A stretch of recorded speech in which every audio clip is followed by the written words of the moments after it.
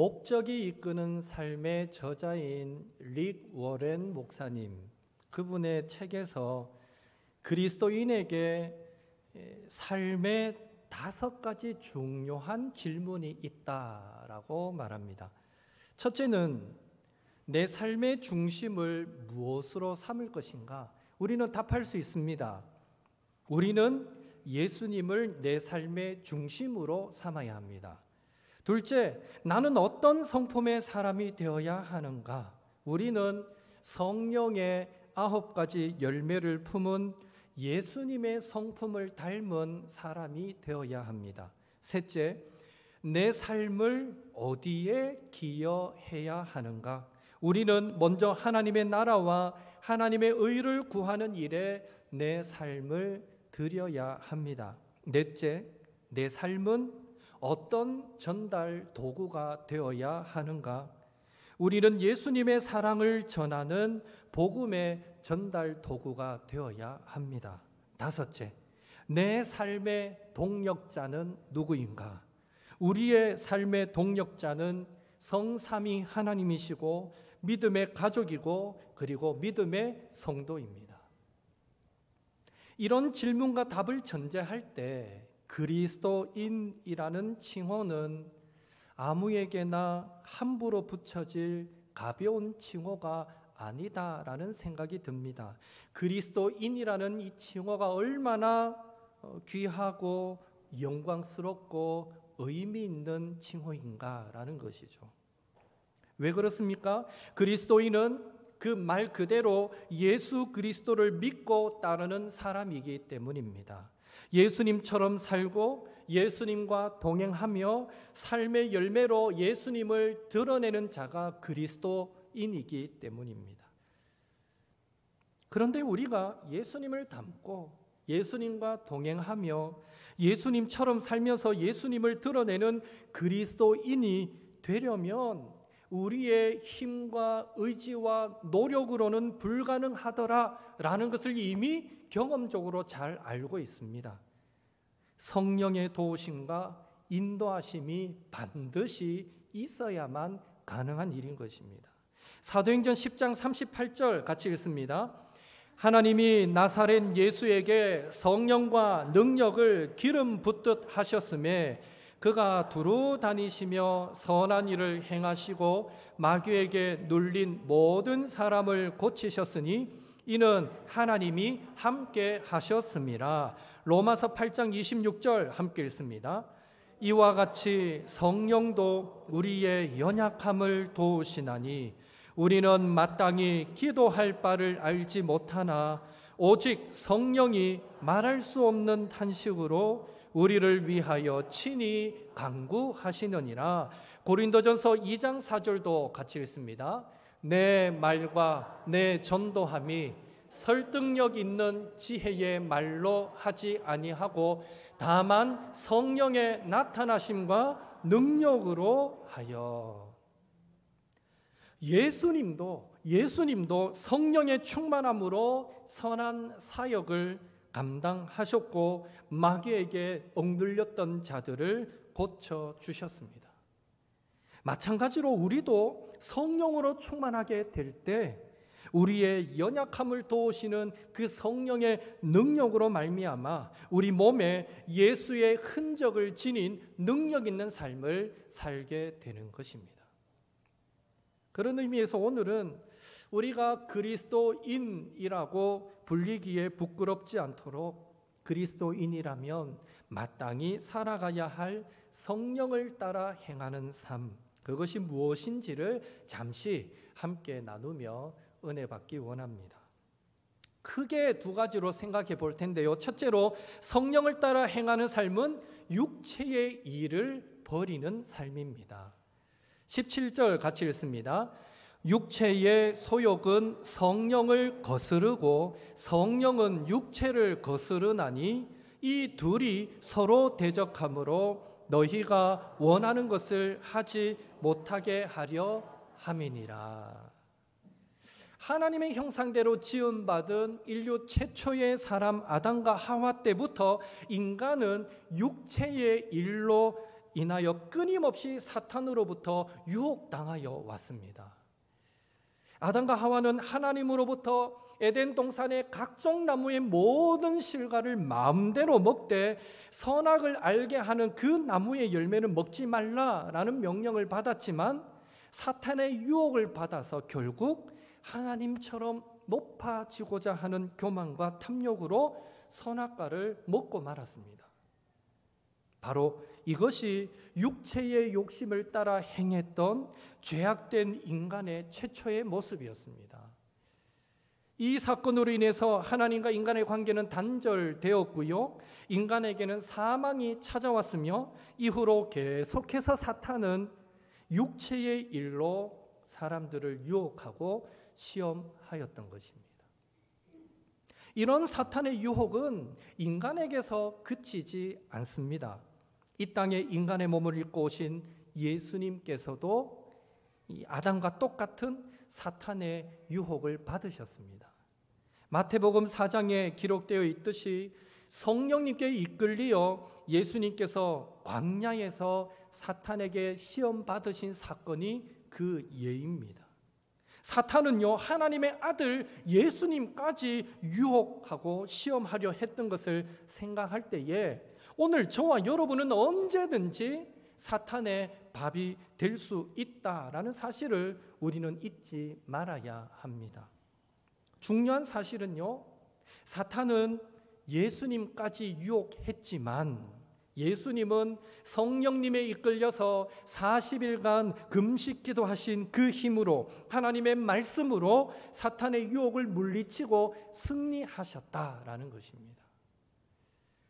그렇다면 이 사탄의 유혹 앞에 인류 최초의 인간인 아담은 실패했고 예수님은 승리하셨던 이유가 무엇인가? 라는 것인데요, 그것은 바로 성령님을 따라서 행했느냐 그렇지 않았느냐의 차이 때문입니다. 분명 아담에게도 하나님은 뚜렷한 음성을 들려주셨습니다. 창세기 2장 17절 함께 읽겠습니다. 선악을 알게 하는 나무의 열매는 먹지 말라. 네가 먹는 날에는 반드시 죽으리라 하시니라. 하나님께서 이 음성을 아담에게 들려주실 때에 아담이 비몽사몽간에 흐릿하게 환청 비슷하게 그렇게 들은 것이 아니라 분명하고 단호한 하나님의 음성으로 들었습니다. 그러나 아담과 하와는 이 하나님의 명령을 따라 행하지 않았습니다. 이는 곧 성령을 따라 행하지 않았다라는 의미가 되는 것입니다. 반면에 예수님은 사탄에게 시험을 받기 위해 광야로 가셨을 때 성령님에 이끌리셔서 가셨습니다. 시험을 받기 전에도 성령을 따라서 40일을 금식하며 기도했습니다. 그뿐이 아닙니다. 사탄이 유혹할 때에 예수님은 성령님의 말하게 하심을 따라서 하나님의 말씀으로 사탄의 유혹을 이겨냈습니다. 결국 성령님을 따라 행했느냐 그렇지 않았느냐의 차이가 사탄의 유혹 앞에 이렇게 상반된 결과를 만들어내었던 것이죠. 우리 역시 적지 않은 사탄의 유혹을 받으며 이 땅을 살아가고 있습니다. 대표적인 사탄의 유혹이 물질의 유혹, 명예의 유혹, 이성의 유혹입니다. 이를 두고 사도 요한은 그리스도인들을 향해서 이렇게 말합니다. 요한일서 2장 15절 16절 함께 읽겠습니다. 이 세상이나 세상에 있는 것들을 사랑하지 말라. 누구든지 세상을 사랑하면 아버지의 사랑이 그 안에 있지 아니하니 이는 세상에 있는 모든 것이 육신의 정욕, 안목의 정욕과 이생의 자랑이니 다 아버지로부터 온 것이 아니요 세상으로부터 온 것이라. 아멘. 여기에 이 육신의 정욕이 바로 이성의 유혹을 의미합니다. 안목의 정욕은 명예의 유혹을 의미하고요, 이생의 자랑은 물질의 유혹을 의미한다고 보시면 됩니다. 그리고 사도 바울은 이런 이성, 명예, 물질과 같은 육체의 일을 지나치게 사랑하게 되면 일어나게 될 일들에 대해서 좀 더 구체적으로 오늘 본문에서 우리들에게 가르쳐 주고 있습니다. 우리 19절에서 21절 말씀도 함께 읽습니다. 육체의 일은 분명하니 곧 음행과 더러운 것과 호색과 우상 숭배와 주술과 원수 맺는 것과 분쟁과 시기와 분냄과 당 짓는 것과 분열함과 이단과 투기와 술취함과 방탕함과 또 그와 같은 것들이라. 전에 너희에게 경계한 것 같이 경계하노니 이런 일을 하는 자들은 하나님의 나라를 유업으로 받지 못할 것이요. 불륜도 분쟁도 시기와 질투도 분노도 끼리끼리 당짓는 것도 분열함도 더 나아가 알코올과 도박과 성과 게임의 중독도 부정적인 모든 열매들이 우리가 성령으로 충만하지 않을 때 나타나는 자연스러운 육체의 열매들이더라라는 것입니다. 여러분, 성령님의 다른 이름은 예수의 영입니다. 예수의 영. 친히 자신을 몸버려 피 흘려 십자가에 돌아가시기까지 허물 많고 죄 많은 우리들을 사랑하신 예수님, 그 예수님의 영이신 성령님이 우리로 당짓게 만드시겠습니까? 우리로 분열하게 만들고 수근수근하게 만드시겠습니까? 우리가 물질과 명예와 이성에 집착하도록 내버려 두시겠습니까? 우리의 가정과 교회가 깨어주도록 방치하시겠습니까? 당연히 아닙니다. 당연히 아니죠. 오히려 성령님께서 예수님의 사랑이 자연스럽게 우리를 통해서 우리 가정 가운데, 교회 가운데, 직장 가운데 나타나시도록 그렇게 역사하시지 않겠습니까? 결국 사탄이 어떤 모양으로 우리를 유혹하고 시험하고 공격해 오든지 간에 우리가 영적 전쟁에서 사탄에게 굴복하고 그 유혹에 넘어지고 실패하는 것은 우리가 성령으로 충만하지 않기 때문인 것입니다. 우리가 성령을 따라 살지 않으니 자꾸만 우리는 길 잃은 양처럼 사탄이 파놓은 그 실패와 절망과 좌절의 구덩이에 빠져들 수밖에 없는 것입니다. 따라서 우리가 최소한 그리스도인이라는 이 영광스러운 칭호를 받은 자임을 자각하면서 영적 전쟁에서 승리하며 살아가기를 소망한다면 방법은 있습니다. 육체의 일을 버리고 성령님을 따라 살아가는 것입니다. 그런 의미에서 우리 성도들에게는 매일의 삶의 선택과 결단의 순간이 찾아온다라고 말해도 과언이 아닙니다. 성령을 따라서 육체의 일을 제하여 버릴 것인가? 육체의 일을 따라서 성령의 음성을 외면할 것인가? 우리는 늘 선택의 기로에 놓이게 됩니다. 참으로 다행스럽고 감사한 것은 하나님은 우리 인간의 연약함을 잘 아시기에 육체의 일을 하나씩 제하는 그 일이 결코 우리 사람의 노력, 의지, 열심으로 되지 않는다는 것을 아시고 좋은 방법을 우리에게 허락해 주셨는데, 그것은 바로 성령으로 충만하게 되면, 성령의 강력한 기름 부어주시는 그 은혜를 받게 되면 우리는 이전에 즐기던 세상의 일들, 육체의 일들은 자연스럽게 멀어지게 된다라는 것입니다. 하나님이 그렇게 되도록 만들어 두셨습니다. 단적인 예로 술, 담배 좋아하시던 분들도 은혜 받고 나면, 성령 충만하게 되면 한날 한순간에 그 담배 냄새가 역겨워지고 그 술 맛이 없어져서 끊게 되는 이런 기적 같은 일들이 일어나는 것입니다. 성령으로 충만하게 되면 원수같이 여겨지던 그 사람이 한순간에 사랑스럽게 여겨지고 또 긍휼히 여겨지고 그런 마음들이 생길 수 있다는 거죠. 성령으로 충만하게 되면 저 인간 언제 사람 되겠나 하던 그 사람을 향해서 우리는 더 기도하게 될 것입니다. 성령으로 충만하게 되면 저 사람 언제 사람 될까 하던 그 사람이 한순간에 정말 하나님 그리스도 예수의 좋은 군사로 세워지는 이런 회복과 변화가 일어나게 될 줄로 믿습니다. 바라기는 물질, 명예, 이성이라는 이 육체의 일에 지나치게 빠져서 범죄하지 않기 위해서는 성령 충만 받는 것이 급선무임을 기억하시고 날마다 성령의 충만을 위해 기도하시고 성령 충만하셔서 우리 육체의 일을 멀리하면서 성령을 따라 주님의 기쁨이 되시는 옥토의 모든 성도님들 되시기를 예수님의 이름으로 축원합니다. 크게 둘째로 성령을 따라 행하는 삶은 성령의 열매를 맺는 삶입니다. 22절, 23절 같이 읽습니다. 오직 성령의 열매는 사랑과 희락과 화평과 오래 참음과 자비와 양성과 충성과 온유와 절제니 이 같은 것을 금지할 법이 없느니라. 아멘. 우리는 그리스도인으로서 성령의 9가지 열매를 우리 삶 속에서 맺는 아름다운 성품의 소유자가 되어야 할 것입니다.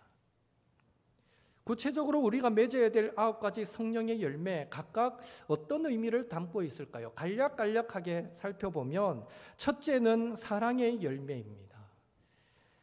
우리를 구원하기 위해 독생자도 아낌없이 내어주신 하나님의 사랑처럼 우리가 맺어야 할 사랑의 열매로서 성령의 열매로서의 사랑은 하나님과 이웃을 대함에 있어서 말과 혀로만 하는 사랑이 아니라 자신을 희생하는 행함과 진실함으로 하는 사랑이어야 한다라는 의미가 담겨 있습니다.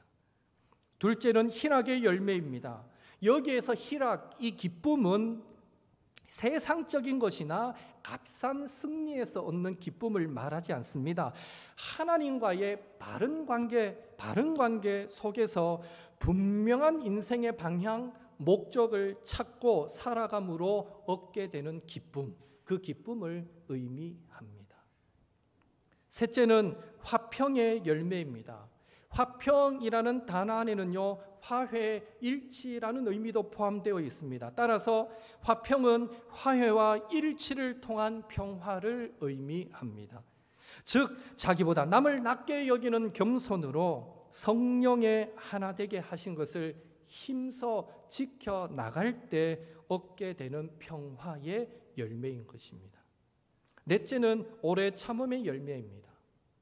여기에 오래 참다라는 의미, 이 단어 안에는요, 변함없다라는 것이 전제되어 있습니다.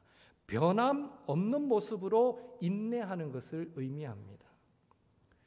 보통 누구라도 어떤 한 사건, 한 사람에 대해서 오래 참을 일이 생기면 어떻습니까? 시간이 지날수록 몸도 마음도 지쳐서 처음에는 웃던 얼굴이 좀 여유롭던 그 표정이 점차 나중에는 내 성질 건드리지 마라. 내 지금 참고 있는 거 안 보이나? 이렇게 굳어져 가게 됩니다. 어쩌면 자연스러울 것 같아요. 그러나 여기에 오래 참음은 그렇게 참는 것이 아닙니다. 야, 저 사람은 정말 천사다, 천사. 저런 사람 없다. 라고 그런 말을 들을 정도로 어떻습니까? 어떤 순간에서도 변함없이 인내하며 참으며 기다려 주는 것을 의미하는 것입니다. 이런 사람이 내 옆에 한 사람이라도 있다면 얼마나 행복하겠습니까? 다섯째는 자비의 열매입니다. 자비. 여기에 자비는 내가 주님께로부터 받은 은혜와 사랑이 큽니다 하는 마음으로 타인을 향하여 능동적이며 자발적으로 생겨나는 친절한 성품과 행위를 의미합니다. 사람은 수동적으로도 얼마든지 친절할 수 있습니다. 가령 누군가가 먼저 다가와서 좀 도와주십시오 하고 손 내밀 때 그때 친절을 베풀 수 있습니다. 당연히 그것도 좋은 일입니다. 그러나 성령의 열매로서의 자비는 능동적으로 먼저 찾아가서 베푸는 친절이다라고 말할 수 있습니다. 그런 의미에서 이 성령의 사람은 선한 오지랖이 조금은 있는 성도가 되어야 합니다. 예. 가만히 있어라. 필요하면 도와달라 하겠지. 때로는 이런 자세도 필요하지만 어쩌면 많은 경우에는요, 가만히 있어서 될 일이 아닐 때도 많습니다. 그래서 영적으로 민감하게 분별하고, 내가 먼저 찾아가야 되는구나. 괜찮습니까? 제가 도와드릴 일 없습니까? 선한 오지랖이 어느 정도는 있는 성도, 바로 그 성도가 자비의 열매를 맺어가는 성도라는 것입니다. 여섯째는 양선의 열매입니다. 양선이라는 말은 선한 마음, 착한 마음이라는 의미입니다. 세상 사람들은 선한 마음을, 착한 마음을 천성이라 해서 하늘이 내린 마음이다라고 말하지만 사실 선한 마음은 하나님 아버지의 마음입니다. 우리 하나님 아버지의 마음만큼 선한 마음이 어디 있습니까? 우리 같은 죄인들을 위해서 독생자도 아낌없이 내어주셨는데 그보다 더 선한 마음이, 착한 마음이 어디 있겠습니까? 선한 마음은 하나님 아버지의 마음이고요. 더 나아가 성령으로 충만하게 될 때 우리 성도들이 가지게 되는 마음이 바로 선한 마음이고 착한 마음입니다. 성령 충만하지 않는데 착한 마음을 품는다? 불가능합니다. 절대 안 됩니다.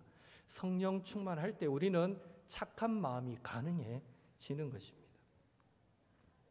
일곱째는 충성의 열매입니다. 여기에 충성은요, 믿음 그리고 보증이라는 이 두 단어가 합쳐진 의미라고 보시면 됩니다. 다시 말해 성령의 열매로서의 충성은요, 예수 그리스도를 믿는 믿음과 그 믿음의 증인으로 살아가는 것을 의미합니다. 그래서 고린도전서 4장 2절에 맡은 자들에게 구할 것은 충성이니라 라고 할 때에 그 충성은요, 먼저 예수님을 믿는 믿음을 전제하고요, 그 믿음으로 예수님을 믿기에 예수님을 위한 신실한 증인의 삶을 살아가야 된다라는 것을 충성이란 말에 담은 것입니다. 계시록 2장 10절도 마찬가지입니다. 네가 죽도록 충성하라. 그리하면 생명의 관을 내게 주리라. 여기에 충성도요, 먼저는 예수님을 믿는 믿음을 소유하라는 의미고요, 더 나아가서 그 예수님을 위해 죽기까지 신실한 증인의 삶을 살아가라 라는 의미를 담고 있습니다. 이것이 충성입니다. 여덟째는 온유의 열매입니다. 온유라는 단어도 성경 안에서 다양한 의미로 번역이 되는데요, 다른 열매의 의미와 중복되지 않는 의미를 찾자면 죄를 범한, 잘못한 그런 사람들을 대함에 있어서 성내지 않고 분노하지 않고 관용한 태도를 보이는 것을 온유함이다라고 우리는 이해할 수 있습니다. 이 온유의 열매를 가장 모범적으로 보여주신 분이 예수님이시죠. 예수님은 십자가에 못 박혀 돌아가시는 그 순간까지도 자신을 죽음으로 내몰았던 무지한 사람들, 그 무지한 죄인들을 향해서 분노하지 않으셨으면, 너희들이 어떻게 나에게 이렇게 할 수 있느냐, 그렇게 분노하지 않으시고 용서의 메시지를, 하나님 저들을 용서하여 주옵소서, 저들이 하는 일을 알지 못합니다, 용서의 메시지를 선포하셨기 때문입니다. 그런 의미에서 이 온유의 열매의 구체적인 예는 억울한 일을 당했을 때 원수 갚는 것을 하나님께 맡기는 자세다라고 우리는 말할 수도 있을 것입니다. 마지막으로 절제의 열매입니다. 절제는 앞서 살펴보았던 육체의 일들에 대한 자제를 의미합니다. 운동선수들이 자기의 목표를 성취하기 위해 먹고 싶은 것도 참고, 놀고 싶고, 쉬고 싶고, 자고 싶은 것도 참아가면서 자기 몸을 단련하는 것에서 이 절제라는 단어가 나왔습니다. 그래서 사도 바울도 고린도 교회 성도들을 향해서 너희들이 영적 전쟁에서 이기기를 원하느냐? 이기기를 원하는 자마다 그렇다면 모든 일에 절제해라라고 가르쳤던 것입니다. 그런 의미에서 절제는 우리의 영혼과 육체를 건강하고 아름답게 성장시켜 나가기 위해 자기 몸을 쳐서 복종시키는 수고다라고 말할 수 있는 것입니다.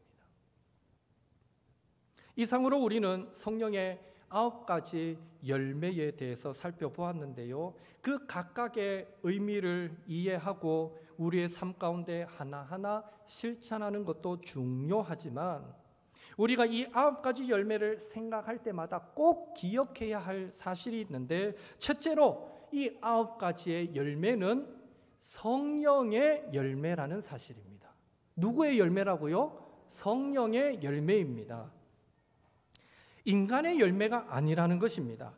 우리의 열심과 노력으로 맺을 수 있는 열매가 아니라는 것입니다. 이 열매는 철저히 우리가 성령 충만하게 될 때 맺을 수 있는 열매라는 것이죠. 둘째로 성령의 9가지 열매는 결국 하나의 열매라는 사실입니다.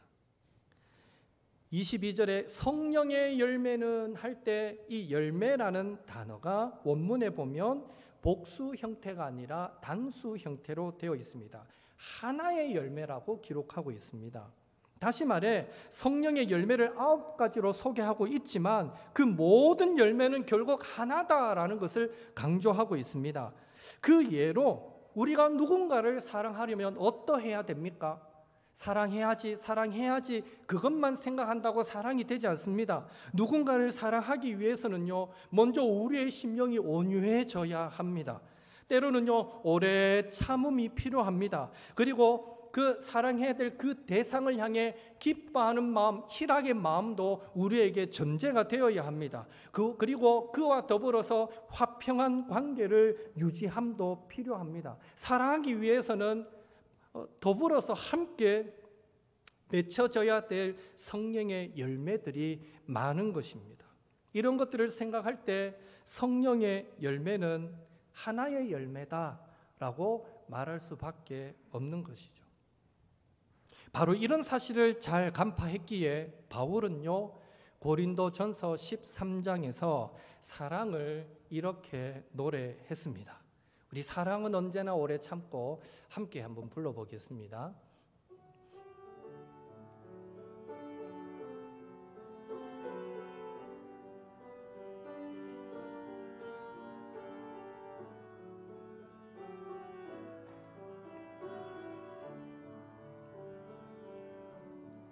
사랑은 언제나 오래 참고 사랑은 언제나 온유하며 사랑은 시기하지 않으며 자랑도 교만도 아니하며 사랑은 무례히 행치 않고 자기의 유익을 구치 않고 사랑은 성내지 아니하며 진리와 함께 기뻐하네. 사랑은 모든 것 사주고 바라고 믿고 참아내며 사랑은 영원토록 변함없네. 믿음과 소망과 사랑은 이 세상 끝까지 영원하네요. 믿음과 소망과 사랑 중에 그 중에 제일은 사랑이라. 그 중에 제일은 사랑이라.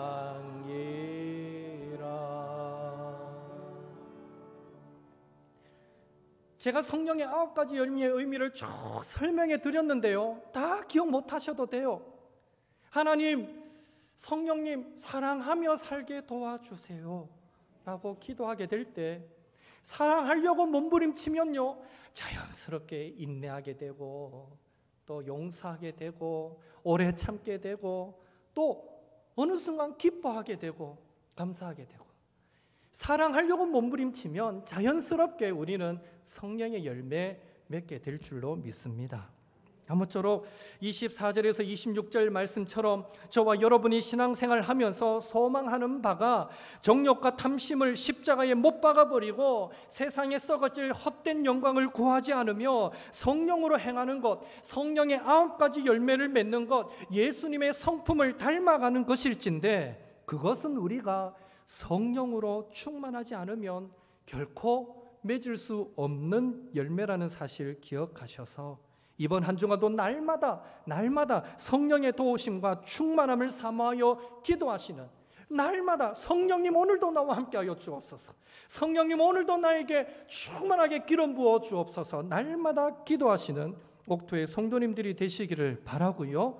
더불어서 성령 충만 덧입으셔서 우리의 삶 가운데, 부부관계 속에, 부모 자녀 관계 속에, 성도와의 관계 속에, 직장 동료와의 관계 속에, 이웃과의 관계 속에 이 성령의 열매를, 성령의 9가지 열매를 사랑이라는 이름으로 풍성하게 맺으며 살아가시는 또 저와 여러분이 되시기를 예수님의 이름으로 축원합니다. 기도하겠습니다. 성령을 따라 물질과 명예와 이성의 유혹에 지배당하게 만드는 육체의 일을 끊어버리며 살게 하옵소서. 예수의 영 성령에 사로잡혀 성령의 9가지 열매 맺는 삶을 살게 하옵소서. 성령으로 행하여 율법의 완성인 사랑의 열매가 가득한 이 한 주간의 삶이 되게 하옵소서. 기도하시고요, 공동회를 통해서 피택받은 일꾼들 하나님 앞에 우리 옥토교회의 충성스러운 일꾼으로 세워지게 하옵소서. 기도하시고 교회 리모델링 공사를 위해서 기도하시고 속히 코로나가 종식되도록 하나님이 다스리고 복 주시는 대한민국 되게 하옵소서. 우리 함께 합심해서 기도하겠습니다. 같이 기도드립니다. 사랑의 하나님, 이 시간 또 저희들이 정한 시간 함께 모여 하나님을 예배하며 높여 경배하게 하시니 감사드립니다. 오늘 말씀을 통하여 우리가 그리스도인으로서 어떻게 살아가야 할 것인가, 하나님 그 물음에 대한 답으로 우리가 성령을 따라 살아야 한다는 것을, 성령 충만함으로 살아야 한다는 것을 하나의 말씀으로 우리가 받게 하시니 감사드립니다. 주여, 간절히 소망합니다. 우리가 성령 충만하게 될 때에 하나님, 우리는 물질과 명예와 이성의 유혹으로 우리에게 다가오는 그 모든 사탄의 유혹을 이기고 승리하게 될 줄로 믿습니다. 우리가 성령으로 충만하게 될 때에 하나님 사랑의 열매도 가능해지고, 우리가 성령으로 충만하게 될 때에 성령의 9가지 열매도 가능하게 되는 줄로 믿습니다. 주님, 내 열심으로, 내 노력으로, 아버지 내 의로 그것들을 행하려는 어리석은 생각들을 버리게 도와주시고, 이 한 주간 살아갈 때에 하루하루 날마다 성령의 충만을 사모하고 아버지 그렇게 기도하여서 하나님 순간순간 우리와 함께 하시는 성령님으로, 우리를 도우시는 성령님으로 말미암아 주님께서 기뻐하시는 아름다운 열매 가득 맺으며 살아가는 이 한 주간의 삶이 되도록 주여 인도하여 주시옵소서. 특별히 주여 소망합니다. 지난주일 공동회를 통해서 여러 명의 일꾼들을 세웠습니다. 하나님 그들이 잘 훈련받고 준비되어서 아버지 임직받은 이후에 하나님 우리 옥토교회에 하나님 나라의 기둥 같은 일꾼들로 수임받을 수 있도록 주여 도와주시옵소서. 특별히 주여 교회 리모델링 공사가 계속되고 있사오니 지하 아버지 공사가 은혜 주게 이루어지게 도와주시고, 아버지 앞장서 섬기는 위원들에게 함께 함께 하여 주시고 아버지 모든 공사가 어려움 없이 진행되도록 주여 도우시고 역사하여 주시옵소서. 하나님 코로나가 여전히 계속되지만 우리 성도들을 지켜주시니 감사합니다. 하나님의 한 주간도 아버지 건강으로 지켜주시고 아버지 코로나 가운데 어려운 일 없도록 도와주시고 아버지 가정과 사업과 일터를 붙잡아 주시며 특별히 주여 아버지 사랑하는 대한민국 아버지 주님께서 다스리고 통치하시는 나라가 되게 하시며 하나님의 복이 임하는 대한민국이 되게 도와주시고 주님 오시는 그날까지 하나님 앞에 영광스럽게 쓰임받는 아버지 대한민국 아버지 하나님을 예배하는 대한민국 성교하는 대한민국이 되도록 주여 도와주시고 역사하여 주시옵소서. 한 주간의 삶을 맡깁니다. 주님 도와주시옵소서. 사랑의 하나님, 이 한 주간을 살아갈 때에 성령으로 충만하게 기름 부어 주셔서 삶의 순간순간 내 힘으로는 할 수 없는 그 성령의 열매들이 성령의 능력으로 말미암아 우리 삶 속에서 풍성하게 맺힐 수 있도록 역사하여 주시옵소서. 율법의 완성인 사랑, 이 한 주간 성령 충만함으로 말미암아 우리 삶 가운데 풍성히 나타나게 하시고 내 가족, 내 이웃, 또 성도와 동료들을 더욱 사랑하며 살아가는 이 한 주간이 되도록 축복하여 주시옵소서. 특별히 이제 피택된 우리 일꾼들 잘 훈련받고 지금도 하나님 앞에 아름답게 쓰임받고 있지만 더 영광스럽게 쓰임받는 귀한 일꾼들이 되도록 도와주시옵소서. 교회 리본들 인공사도 은혜 중에 이루어지게 하시고 모든 과정 필요한 것들을 공급하여 주시며 아버지여 그 공사를 통해서 우리 교회가 더욱 하나님을 아름답게 예배할 수 있는 처소가 되도록 도와주시옵소서. 코로나 속히 종식하여 주시고 하나님이 한 주간도 우리 가정과 건강과 일터를 코로나로부터 지켜주시며 하나님이 대한민국 국률이 여기시고 하나님이 다스리고 통치하시고 복 주시는 나라가 되게 도와주시며 하나님을 더 아름답게 높여 예배하는 나라 세계 선교를 감당하는 대한민국이 될 수 있도록 주여 축복하여 주시옵소서. 예수님의 이름으로 기도하옵나이다. 아멘.